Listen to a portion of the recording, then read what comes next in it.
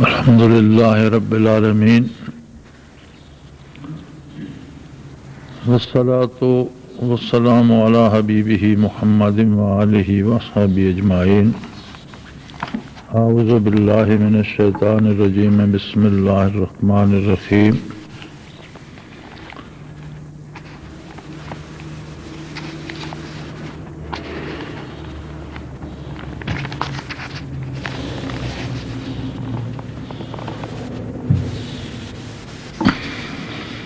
ان الذين آمنوا وهاجروا وجاهدوا في سبيل الله بأموالهم وأنفسهم أعظم درجة عند الله وأولئك هم الفائزون. يبشرهم ربهم برحمة منه ورضوان وجنات لهم فيها نعيم مقيم خالدين فيها أبدا إن الله عنده أجر عظيم. یا ایھا الذین آمنوا لا تتخذوا آباءکم وإخوانکم اولیاء ان استحبوا الکفر علی الایمان ومن یتولہم منکم فاولئک هم الظالمون. اللہم سبحانک لا علم لنا الا ما علمتنا انک انت العلیم الحکیم. مولا یا صلی وسلم دائما ابدا علی حبیبک من زانت بہ الاسر. کائنات اللہ جل شانہ کے دست قدرت میں ہے اور ملک اس کے ہیں. جسے چاہتا ہے عطا کرتا ہے، جس سے چاہتا ہے چھین لیتا ہے. کسی کو عزت دے یا ذلت اس کا اپنا ایک قانون اور ایک انداز ہے. ہم سب اس بات پہ بڑے رنجیدہ بھی ہیں، فریاد کناں بھی ہیں، دعا بھی کرتے ہیں کہ اللہ کریم مسلمانوں کی حالت زار پہ رحم فرمائے اور کفر بھوکے بھیڑیے کی طرح روئے زمین پر مسلمانوں پر ہر جگہ ٹوٹ پڑا ہے. لیکن ہماری دعائیں، ہمارا درد، ہمارا دکھ، ہمارے ارادے برابر کیوں نہیں ہوتے؟ ہم نے کبھی یہ سوچنے کا تکلف کیا ہے کہ اتنی مخلوق خدا روئے زمین پر گڑ گڑا کر رو رو کر مسلمانوں کے حالت زار کے لیے اللہ کریم سے مدد کی اپیل کرتی ہے، یہ ساری دعائیں آخر کہاں جاتی ہیں؟ بے شک دنیا عالم اسباب ہے اور ہر کام کے لیے کوئی نہ کوئی سبب ضرور ہے، لیکن یہ بھی درست ہے کہ تمام اسباب میں دعا سب سے بڑا سبب بن جاتی ہے.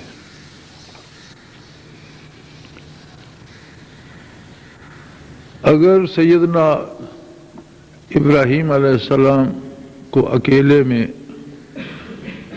کافر طاقت آگ میں پھینکتی ہے تو جلتے ہوئے درخت سرسبز ہو جاتے ہیں، آگ بجائے جلانے کے آرام دہ فضا میں اور باغ میں تبدیل ہو جاتی ہے. تو وہاں تو ان کے علاوہ کوئی دعا کرنے والا بھی نہیں تھا. جتنے لوگ جمع تھے وہ تو تماشا دیکھنے والے تھے، جلانے کے لیے جمع تھے. تو ایسا کیوں ہوا؟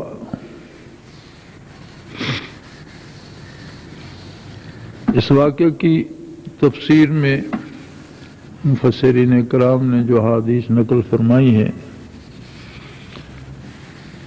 ان میں یہاں تک ملتا ہے کہ جبرائیل امین تمام فرشتوں کی طرف سے بارگاہ الوہیت میں عرض گزار ہوئے کہ یا اللہ تیرے خلیل کو جو اس وقت اکیلے ہیں اور ایک ایسی طاقت جو اپنے خدا ہونے کی دعوے دار ہے، مخلوق ہونے کی باوجود اپنی خدائی کا دعویٰ کیے بیٹھی ہے، وہ آگ میں پھینکنے پر تیار ہے اور میلوں تک آگ کا الاؤ جو ہے وہ جلایا گیا ہے، تو ہمیں اجازت دی جائے، فرشتوں کو اجازت دی جائے ہم ان کی مدد کو حاضر ہوں اور انہیں اس سے بچائیں۔ اللہ کریم نے فرمایا کہ اس کے لیے ان سے اجازت لے لو، ابراہیم سے ہی پوچھ لو، اگر وہ حکم دے تو ضرور مدد کرو۔ تو ان کی خدمت میں حاضر ہوئے اور ساری بات عرض گزاری تو انہوں نے فرمایا کہ جبرائیل امین کیا رب کریم خود دیکھ رہا ہے؟ جی دیکھ رہا ہے، وہ ہر چیز پہ قادر ہے، ہر چیز پہ قادر ہے۔ فرمایا پھر تمہاری کیا ضرورت ہے؟ آگ بھی اس کی مخلوق ہے، میں بھی اس کا بندہ ہوں اور وہ خود سب کچھ دیکھ رہا ہے، پھر کسی تیسرے کی مداخلت کی کیا ضرورت ہے؟ یہ سبب تھا کہ وہ کلی طور پر متوجہ اللہ تھے، جینا مرنا نفع نقصان سب کچھ اللہ کے سپرد تھا۔ آگ بھی گلزار ہوگی۔ آج ہم دعائیں تو کرتے ہیں لیکن دنیا میں مسلمانوں کی 56 ریاستوں میں کہیں اسلام کا عمل دخل نہیں ہے۔ قرآن کریم پڑھا جاتا ہے لیکن اس پر عمل مفقود ہے۔ نمازیں ادا ہوتی ہیں لیکن وہ اپنا اثر پیدا نہیں کرتی۔ قرآن کریم نے نماز کے بارے ارشاد فرمایا ان الصلاۃ تنہی عن الفحشاء والمنکر، اللہ کی عبادت بے حیائی سے اور برائی سے روک دیتی ہے۔ آج ہم دیکھتے ہیں کہ مساجد بھر جاتی ہیں، بے شمار لوگ نماز ادا کرتے ہیں، لیکن کیا ہماری نمازیں ہمارے کردار کی اصلاح کر رہی ہیں؟ کیا ہم عبادت کرنے کے بعد بے حیائی اور برائی سے باز آ جاتے ہیں؟ یعنی جو فوری نتیجہ حاصل ہونا چاہیے تھا، دعا تو ایک پھل ہے، درخت کا تنا پہلے ہوتا ہے، پھر اس کی شاخیں اور اس کے ڈال ہوتے ہیں، پھر اس کے ساتھ چھوٹی شاخیں ہوتی ہیں، ان پہ پتے لگتے ہیں، پھول آتے ہیں، اس کے بعد پھل لگتا ہے۔ تو دعا جو ہے یہ تو عبادات کا پھل ہے، جیسے حدیث شریف میں ارشاد فرمایا گیا کہ دعا مخ العبادہ، عبادت کا حاصل ہے دعا، مغز ہے۔ تو پھل تو بہت بعد میں آتا ہے، پہلے تنا درخت کا بنتا ہے، اس کے ساتھ ڈال بنتے ہیں، اس کے ساتھ شاخیں بنتی ہیں، پھر پتے اور پھر پھول آتے ہیں۔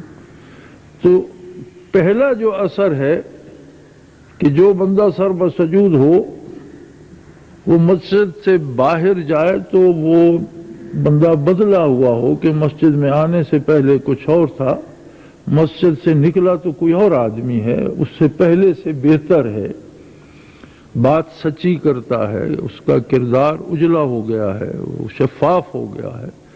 نبی کریم صلی اللہ علیہ وسلم نے جو مثال دی 5 نمازوں کی تو فرمایا کہ ان کی مثال ایسے ہے جیسے کسی کے گھر کے سامنے کوئی نہر ہو اور وہ دن میں 5 مرتبہ اس نہر میں غسل کرے، تو کیا اس کے جسم پر کہیں کوئی میل کا اثر رہ جائے گا؟ اس کے یا رسول اللہ نہیں فرمایا. اسی طرح 5 وقت کی عبادت جو ہے وہ باطن کو اجلا کر دیتی ہے، صاف کر دیتی ہے، شفاف کر دیتی ہے.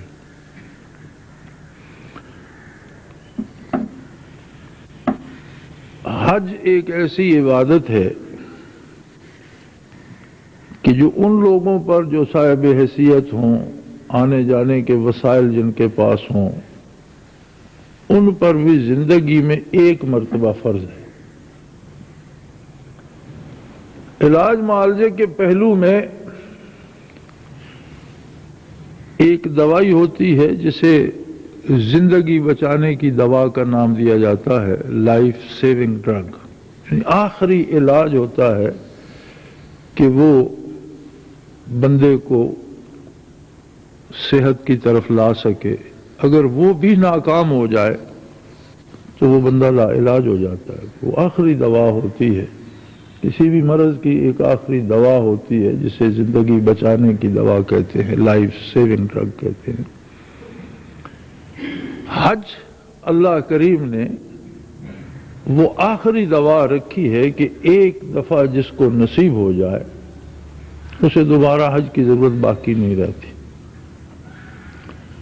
نبی علیہ الصلوۃ والسلام کا ارشاد ہے کہ حج کرنے والا حج سے فارغ ہو کر گناہوں سے اس طرح پاک ہو جاتا ہے جیسے وہ آج دنیا میں پیدا ہوا ہو.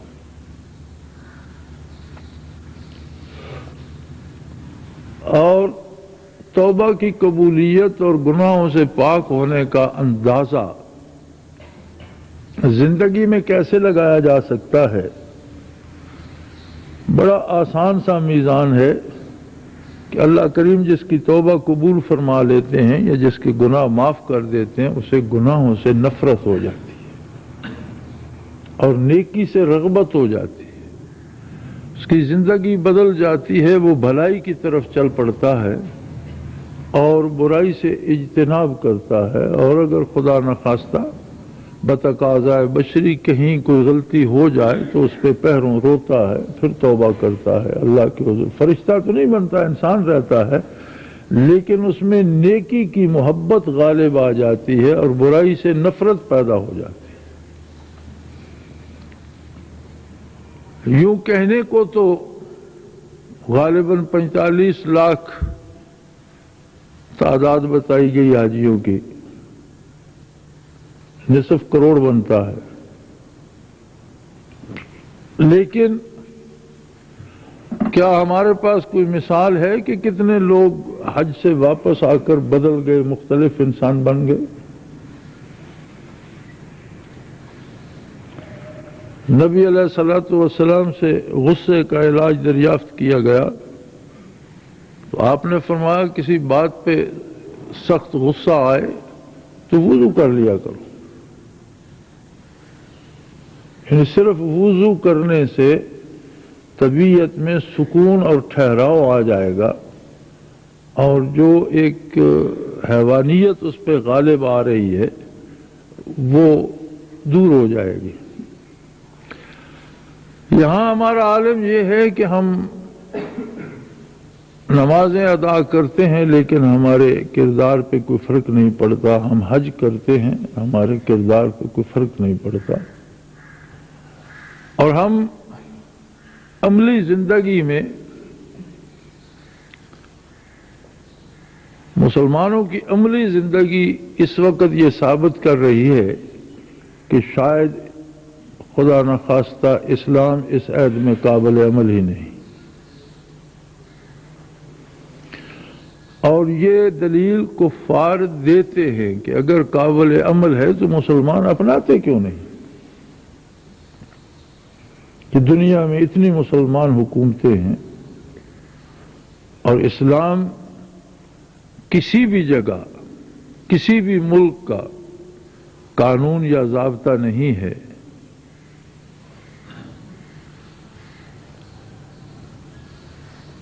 اس کا نتیجہ یہ ہے کہ جب ہم نے عملی زندگی میں، اپنے سیاسیات میں، اپنی عدلیہ میں، اپنی معاشیات میں، اپنی اقدار میں، اخلاقیات میں کفر کی گود میں پناہ لی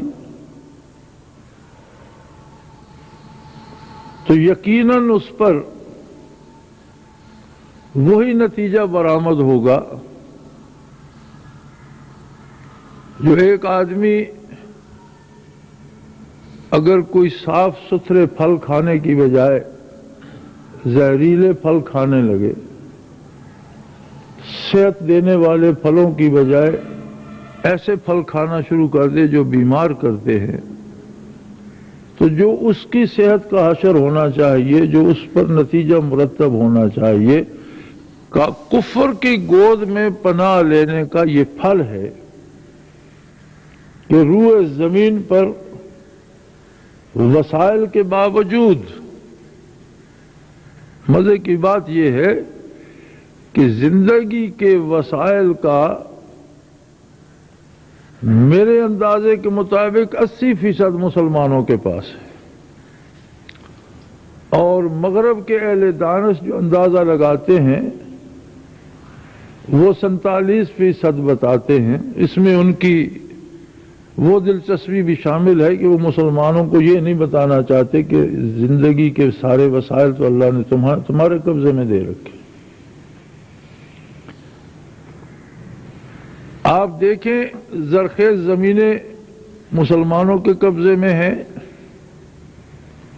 خوبصورت پہاڑی علاقے، پھلدار جگہ مسلمانوں کے قبضے میں ہیں، زیادہ جہاں جانور اور جہاں زیادہ گوشت اور کھال پائی جاتی ہے مسلمانوں کے قبضے میں ہیں، زیادہ بندرگاہیں گرم پانیوں کی مسلمانوں کے قبضے میں ہیں، تیل کے ذخیرے زیادہ مسلمانوں کے قبضے میں ہیں، معدنیات کوئلے سے لے کر سونے اور ہیرے جواہرات تک زیادہ علاقے مسلمانوں کے قبضے میں ہیں۔ زندگی کے سارے وسائل مسلمانوں کے پاس ہیں اور مسلمان کافروں کی خیرات پہ گزارا کرتے ہیں۔ ان وسائل پہ غیر ملکی کمپنیاں قابض ہیں اور جو ان سے بچتا ہے وہ بطور خیرات مسلمانوں کو دے رہے ہیں۔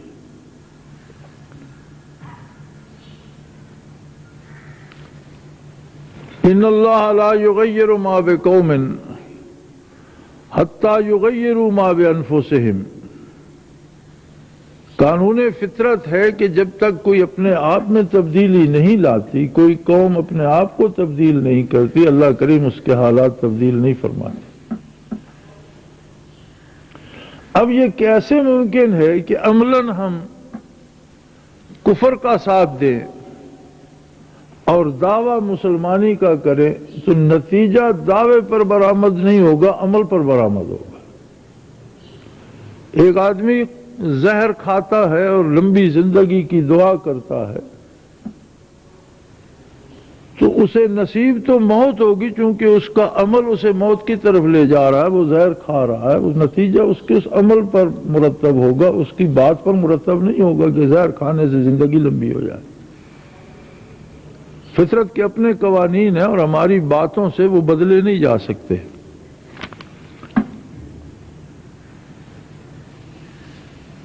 قرآن حکیم نے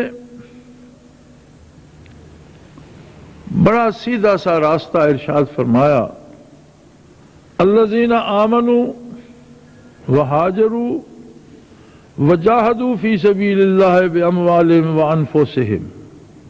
مسلمان کی تعریف کیا ہے؟ وہ لوگ جنہیں نور ایمان نصیب ہوتا ہے، ہاجروا، مہاجر ہو جاتے ہیں۔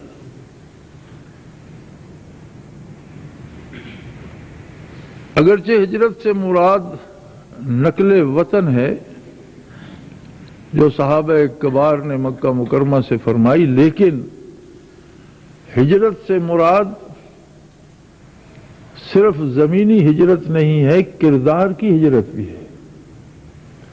کہ پہلے وہ جس جگہ کھڑا تھا، پہلے وہ جو اس کا کردار تھا، پہلے جس طرح اس کا عمل تھا، پہلے جس طرح اس کی سوچ تھی، وہ بدل جاتی ہے، وہ اس سے نکل جاتا ہے، اور پھر اس کی ساری کوشش اول و آخر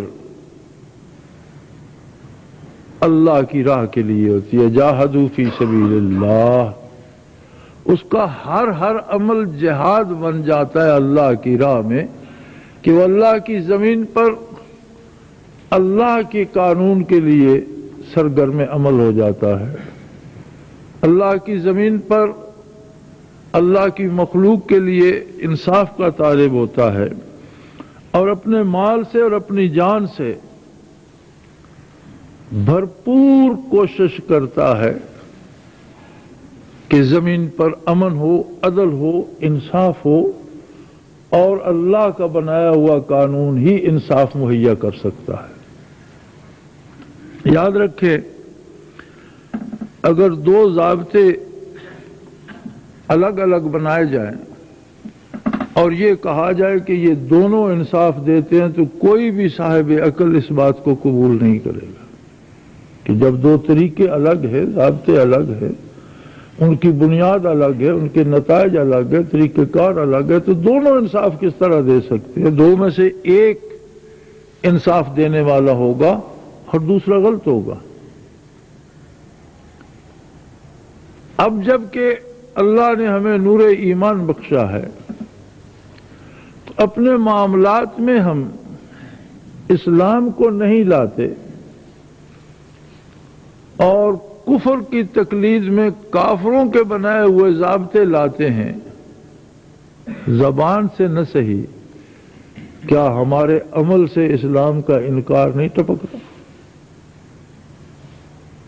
یہ کیسے مسلمان ہیں ہم کہ جو سجدے بھی کرتے ہیں، تلاوت بھی کرتے ہیں، روزے بھی رکھتے ہیں، حج بھی کرتے ہیں، زکوٰۃ بھی دیتے ہیں، لیکن معیشت کافرانہ ہے، سیاست غیر اسلامی ہے، عدلیہ کے قوانین جزا و سزا غیر اسلامی ہے، شہادت کا قانون غیر اسلامی ہے، زندگی کا کوئی بھی ضابطہ اسلام کے مطابق نہیں ہے، تو کیا ہم نے صرف اسلام کو محض چند عبادات کا مجموعہ سمجھ لیا ہے؟ حالانکہ عبادت کی حیثیت اسلام میں صرف اتنی ہے کہ وہ بندے میں استعداد پیدا کرتی ہے دین پر عمل کرنے کی۔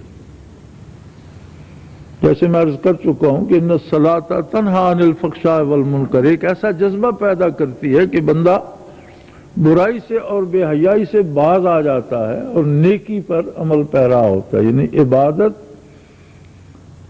باطن کو صاف کرتی ہے، دل کو صاف کرتی ہے، ضمیر کو صاف کرتی ہے، اور انسان جو دن میں 5 مرتبہ اللہ اکبر کہہ کر دنیا سے اپنے آپ کو منقطع کر کے اللہ کے حضور کھڑے ہو کر اپنی گزارشات پیش کرتا ہے، رکوع و سجود کرتا ہے، اور عہد کرتا ہے ایاک نعبد و ایاک نستعین، کہ ہم سب صرف تیری ہی عبادت کرتے ہیں اور صرف تجھ سے مدد کے طلبگار ہیں، یہ سارے وعدے صرف جائے نماز تک رہ جاتے ہیں، اور جب جائے نماز سے اترتا ہے تو وہ بندہ وہ ساری بات بھول چکا ہوتا ہے۔ اگر اللہ کے اس وعدے پر بندہ قائم رہے اور اپنا جو وعدہ اس نے رب العالمین سے قائم کیا ہے اس پر رہے، تو فرمایا اعظم درجۃ عند اللہ واولئک هم الفائزون، ایسے لوگوں کا اللہ کے نزدیک بہت بڑا مقام بھی ہے، اور اولئک هم الفائزون، ایسے ہی لوگ فاتح بھی ہیں، مراد کو پانے والے بھی ہیں، کامیاب ہونے والے بھی یہی لوگ ہیں۔ نہ صرف دنیا میں کامیاب بلکہ یبشرہم ربہم برحمت منہ ورضوان وجنات لہم فیہا نعیم مقیم خالدین فیہا ابدا ان اللہ عندہ اجر عظیم۔ فرمایا نہ صرف دنیا میں کامیاب بلکہ اللہ انہیں بشارت دیتے ہیں کہ وہ اللہ کی رحمت کے مستحق ہوں گے اور اس کی رضا کے مستحق ہوں گے، اور اللہ کی جنت ان کے لیے ہوگی جس میں بے حساب نعمتیں ہیں، اور اس میں وہ ہمیشہ ہمیشہ رہیں گے۔ اور اس کے علاوہ اس سے بھی بڑے انعام اللہ کے پاس موجود ہیں۔ لیکن فرمایا ایک بات یاد رکھو، یا ایھا الذین آمنوا لا تتخذوا آباءکم واخوانکم اولیاء ان استحبوا الکفر علی الایمان۔ اے ایمان والو، اگر تمہارے باپ یا تمہارے بھائی بھی ایمان پر کفر سے محبت رکھتے ہوں ایمان کے مقابلے میں، تو ان سے کوئی تعلق نہ رکھو۔ دنیا میں سب سے پہلا رشتہ باپ کا ہوتا ہے کہ جب کوئی ہوش سنبھالتا ہے تو وہ سمجھتا ہے کہ روئے زمین پر بہترین انسان میرا باپ ہے، اور سب سے زیادہ اسی سے محبت کی امید رکھتا ہے۔ اور اس کے بعد دوسرا رشتہ بھائی کا ہوتا ہے جس پہ بندہ سب سے بڑا اعتماد کرتا ہے، باقی سارے رشتے اس کے بعد آتے ہیں۔ تو ان دونوں کو بنیاد بنایا کہ اگر سگا باپ بھی ہو، سگا بھائی بھی ہو، لیکن ان استحب الکفر علی الایمان، اگر وہ ایمان پر کفر کو ترجیح دے، تم اس کے ساتھ دوستی نہ رکھو۔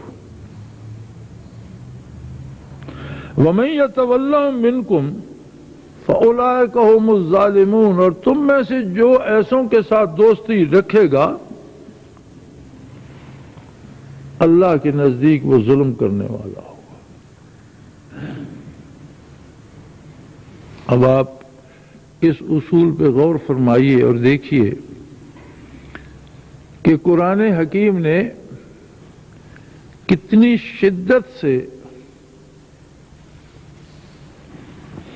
کافر کی دوستی پہ جب علماء حق بحث کرتے ہیں تو وہ فرماتے ہیں اس کا یہ مطلب نہیں ہے کہ دنیا بھر کے کافروں سے ہم لڑائی مول لے لیں، مقصد یہ ہے کافر سے خرید و فروخت جائز ہے، کافر سے اس حد تک میل ملاقات جائز ہے جس حد تک وہ اسلام پر عمل کو متاثر نہ کرے۔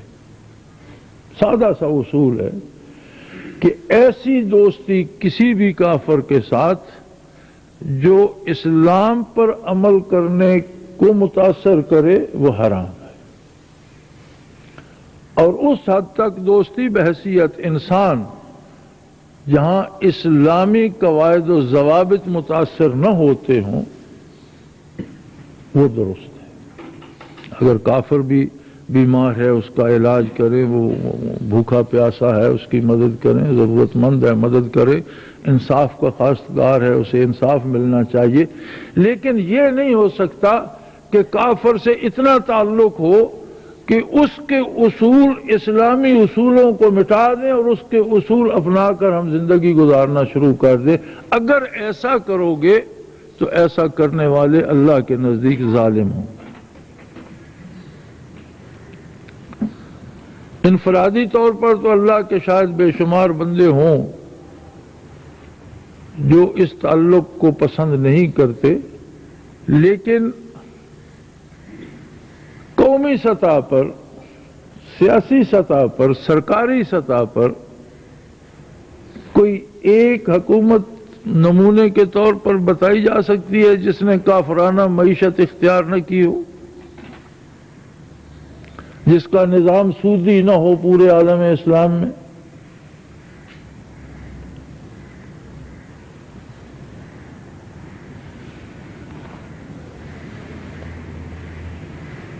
بے شمار لوگوں کے سینے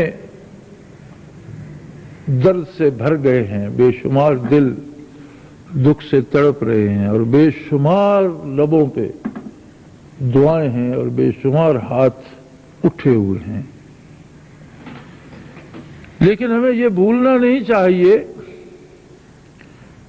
کہ دعا کا بھی قرینہ ہے، طریقہ ہے، سلیقہ ہے، اور اللہ کریم نے ارشاد فرمایا اذا سالک عبادی انی فانی قریب، اے میرے حبیب جب میرا کوئی بندہ میرے بارے آپ سے پوچھے تو اسے بتا دیجئے کہ اس کے سب سے قریب میں، اس کی اپنی ذات کے سے بھی زیادہ اس کے قریب میں ہوں۔ وہ اپنے قریب خود بھی اتنا نہیں جتنا میں اس کے قریب ہوں، وہ اپنے آپ کو اس طرح نہیں جانتا جس طرح میں اس کو جانتا ہوں، جس طرح میں جس طرح اس کے وجود کا ایک ایک ذرہ میرے دستے قدرت میں ہے، اور جس طرح میں وہاں موجود ہوں اس طرح وہ خود بھی موجود ہے۔ دوسری بات یہ بھی فرما دیجئے،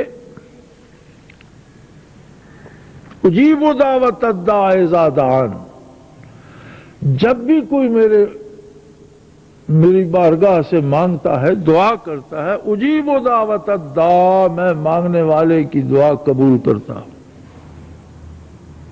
رد نہیں کرتا، نظر انداز نہیں کرتا، قبول کرتا ہوں۔ عجیب بات ہے کہ وہ ہم سے، ہماری ذات سے زیادہ قریب بھی ہے، اور یہ بھی ارشاد فرما رہا ہے کہ میں دعا قبول کرتا ہوں۔ تو جو ہم دعائیں مانگ رہے ہیں وہ کہاں جا رہی ہیں؟ اس کے آگے فرمایا قبولیت دعا کا ایک چھوٹا سا ضابطہ اور بھی ہے، فَلْيَسْتَجِيبُوا لِي، تم بھی تو میری بات قبول کرو۔ اگر تم مخلوق ہو کر، عاجز ہو کر، محتاج ہو کر میری بات نہیں مانتے ہو تو اپنی منوانے کی فکر میں کیوں پڑے ہوئے ہو؟ تمہاری بات کی حیثیت کیا ہے؟ وَلْيُؤْمِنُوا بِي، مجھ پر ایمان لاؤ، میری بات، فَلْيَسْتَجِيبُوا لِي، میری بات بھی مانو۔ جو اسلام اصل میں تو طریق حیات کا نام ہے، اسلام محض عقیدے کا نام نہیں ہے، بلکہ ائمہ کرام نے، جن میں چوٹی کے ائمہ تفسیر، ائمہ حدیث، ائمہ فقہ شامل ہیں، یہ فرمایا ہے کہ عمل ہی ایمان ہے۔ اور امام بخاری رحمۃ اللہ تعالی علیہ تو اس پہ پورے زور سے اصرار کرتے ہیں کہ ایمان دعوے کا نام نہیں ہے، ایمان عمل کا نام ہے۔ امام ابو حنیفہ رحمۃ اللہ تعالی علیہ فرماتے ہیں کہ کسی کا یہ کہنا کہ میں ایمان قبول کرتا ہوں، آخر یہ بھی تو ایک عمل ہے، اسے مومن مانا جائے۔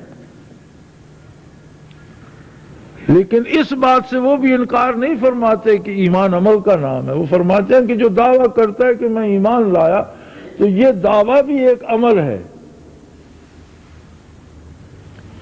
لیکن ہر دعویٰ اپنے گواہوں کے ساتھ سچا یا جھوٹا ثابت ہوتا ہے۔ اگر اس کے گواہ جھوٹے ہوں تو دعویٰ ثابت نہیں ہوتا۔ دعویٰ ہے کہ میں ایمان لایا ہوں، اب گواہ ہے کہ جو چیز اللہ نے حرام کی میں اسے حرام سمجھتا ہوں، جو چیز اللہ نے حلال کی میں اسے حلال مانتا ہوں، حلال کھاتا ہوں، حرام سے اجتناب کرتا ہوں، جو قانون اللہ نے بتایا ہے اس پر عمل کرتا ہوں، اور جو اللہ نے جہاں سے روک دیا ہے وہاں سے رک جا۔ یہ ہمارا کردار اس دعوے کا گواہ ہے۔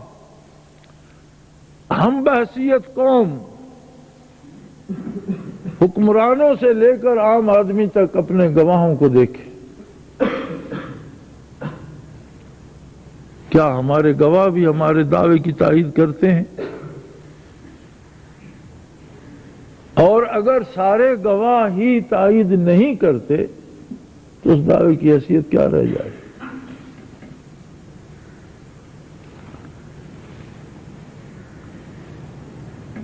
میری ذاتی رائے میں یہ سمجھتا ہوں کہ ہمارے نعرے، ہماری ریلیاں، ہمارے جلسے تباہ حال مسلمانوں کی اتنی مدد نہیں کر سکتے جتنی ہم توبہ کر لیں تو شاید ان کی زیادہ مدد ہو جائے۔ یہ ہمارا کردار ہے، میرا اور آپ کا عمل ہے، انفرادی سطح سے لے کر قومی سطح تک جو ہمارا کردار قرآن کے اور سنت کے خلاف ہے، یہ وہ کردار ہے جس پر پھل لگ رہا ہے، جس میں بے شمار معصوم جانیں ضائع ہو رہی ہیں، بے شمار عزتیں لٹ رہی ہیں، بے شمار خواتین، بچے، بوڑھے، بے شمار جوان لقمہ اجل بن رہے ہیں،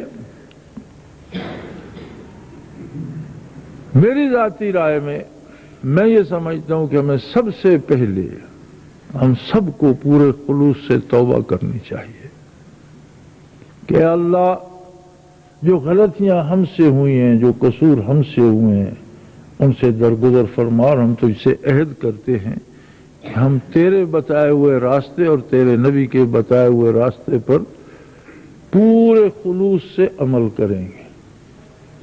اگر حکومتی نظام تبدیل نہیں ہوتا نہ ہو، ہم اپنی ذات کو تو تبدیل کر سکتے، ہم اپنے آپ کو تو تبدیل کریں۔ کیا پتا وہ کریم کسی ایک ایسے بندے کی پرخلوص توبہ قبول فرما کر سارے مسلمانوں پر سے آزمائش دور فرما دے۔ اور کتنے خوش نصیب ہیں وہ لوگ جو بحمداللہ پوری قوت سے کافروں کے مقابلے میں جمے ہوئے ہیں، پوری طاقت سے مقابلہ کر رہے ہیں۔ پراپوگنڈا کفر کا زیادہ ہے، لیکن عجیب بات ہے کہ آدھے کٹے ہوئے دھڑ کے ساتھ معصوم بچے جو ہسپتالوں میں پڑے ہیں، اگر ان پر بھی کوئی کیمرہ لگائے تو وہ فتح کا نشان بناتے ہیں۔ ایک جذبہ اعتماد علی اللہ کا جو عام آدمی میں ہے، ایک قوت اللہ پر بھروسے کی اور جہاد کی جو کفر کے اس دباؤ نے پیدا کر دی ہے، اللہ کرے وہ عام ہو، پورے عالم اسلام میں پھیلے اور ہر مسلمان ایک مجاہد، ایک غازی بن کر کھڑا ہو جائے۔ کفر کا یہ عفریت کہیں رکنے کا نام نہیں لے گا۔ میں بارہا عرض کر چکا ہوں، اور امریکہ کے افغانستان پر حملے کے وقت بھی میں نے عرض کیا تھا کہ خود امریکی صدر نے اعتراف کیا ہے کہ یہ جو چھوٹی سی ریاست بن گئی تھی افغانستان میں، یہ تو دنیا سے ہماری تہذیب کو ختم کر دینے والی تھی۔ انہوں نے جو تہذیب اپنائی تھی، جو ضابطے اپنائے تھے، جو قوانین اپنائے تھے، جو طرز حکومت اپنایا تھا، وہ اتنا ہمارے طرز حکومت، ہمارے قوانین، ہمارے معاشی نظام سے اس طرح متصادم تھا اور اتنا مضبوط تھا کہ اگر یہ حکومت قائم رہتی تو پھر ہماری تہذیب کے لیے روئے زمین پر خطرہ بن جاتی۔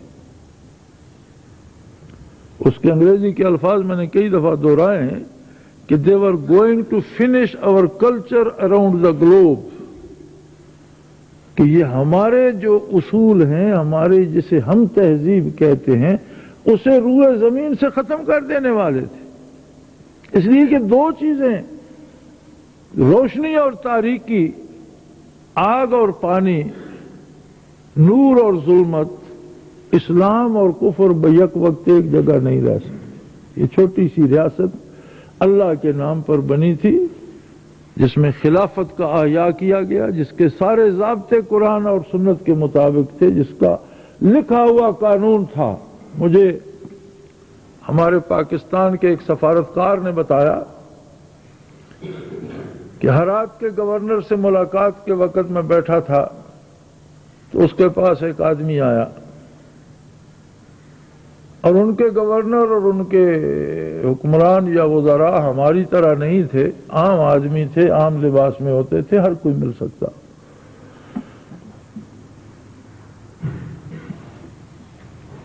تو وہ آدمی گورنر کا کلاس فیلو تھا، مدرسے میں ہم مکتب تھا، اور کعوہ منگوایا گیا۔ اس سے گورنر نے پوچھا کس لیے آئے ہو، تو اس نے بتایا کہ فلاں آدمی کو عدالت نے سزائے موت دی ہے اور اس کی اپیل آپ کے پاس آئی ہے، تو میں اس کے لیے حاضر ہوا ہوں کہ اس کے ساتھ اگر کچھ نرمی ہو سکے تو گورنر کا یہ معمولی بات ہے، بیٹھو قہوہ پیو۔ یہ کون سی ایسی بڑی بات ہے جس کے لیے تم میرے پاس آئے ہو؟ جب قہوہ پی چکے تو گورنر نے حکم دیا اپنے اس کو جو دفتری تھا کہ وہ فائل اس کی لے آؤ اور قرآن حکیم بھی لے آؤ۔ وہ فائل بھی لے آیا اور اللہ کی کتاب بھی لے آیا۔ تو گورنر نے کہا کہ دیکھو میرے بھائی، مجھے تم سے یہ امید نہیں ہے کہ تم مجھے اس کتاب کے خلاف کام کرنے کی رائے دو گے۔ یہ اس بندے کی فائل ہے، شہادتیں ہیں، اور یہ اللہ کی کتاب ہے۔ اس کے مطابق تم دیکھ لو اس کا فیصلہ کیا ہونا چاہیے۔ اس نے کہا جی قرآن کے مطابق تو اس کا فیصلہ پہلے سے ہو چکا ہے۔ اس نے کہا پھر مجھ سے یہ امید نہ رکھو کہ میں قرآن کے خلاف کروں، اس کے لیے تو تمہیں میرے پاس آنا نہیں چاہیے۔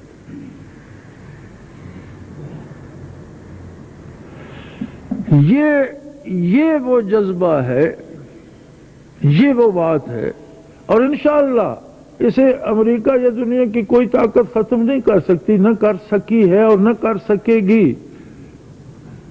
افغانستان کو فتح کے دعووں کے باوجود ابھی تک وہاں مر رہے ہیں، ذلیل ہو رہے ہیں، مریں گے انشاءاللہ، اور اسلامی ریاست پھر سے بنے گی۔ شکست کفر کی قسمت میں ہے۔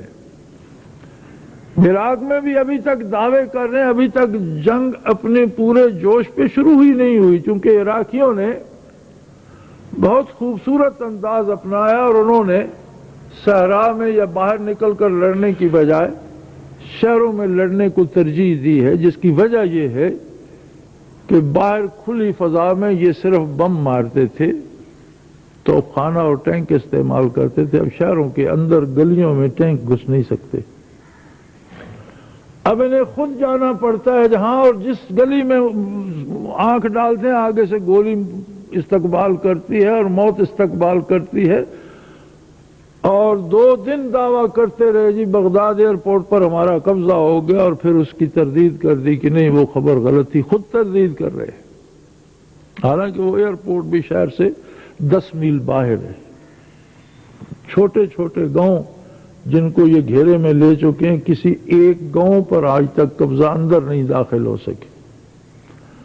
شمالی علاقے سے جو موصل کی طرف بڑھ رہے تھے، میں آپ آج کی خبریں ابھی سن کر آ رہا تھا، خود ان کے جو خبریں دینے والے ہیں وہ چلا رہے تھے کہ بہت زیادہ وہاں سے ہمیں مدافعت آ رہی ہے اور بڑی سخت مدافعت ہو رہی ہے، اور پورے قوت سے وہ ہمیں آگے سے روک رہے ہیں۔ اللہ ان کی مدد فرمائے۔ اور کتنی جنگیں ہوں، کتنا فساد پھیلے اور کہاں تک جائے، انشاءاللہ غلبہ حق کا ہوگا۔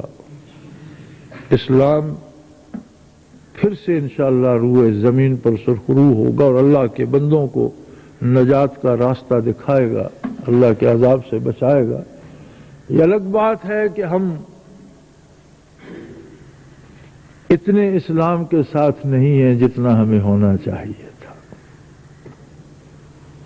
قرآن نے اسلام کو ایک حفاظتی قلعہ قرار دیا، فرمایا ادخلوا فی السلم کافہ، سارے کے سارے اسلام کے اندر داخل ہو۔ ایک بندہ اگر اپنا سر مکان کے اندر کر لے اور اس کا دھڑ دروازے سے باہر ہو اور وہ کہے کہ مجھے اس مکان کی حفاظت حاصل ہے، تو وہ کیسے بچ سکے گا؟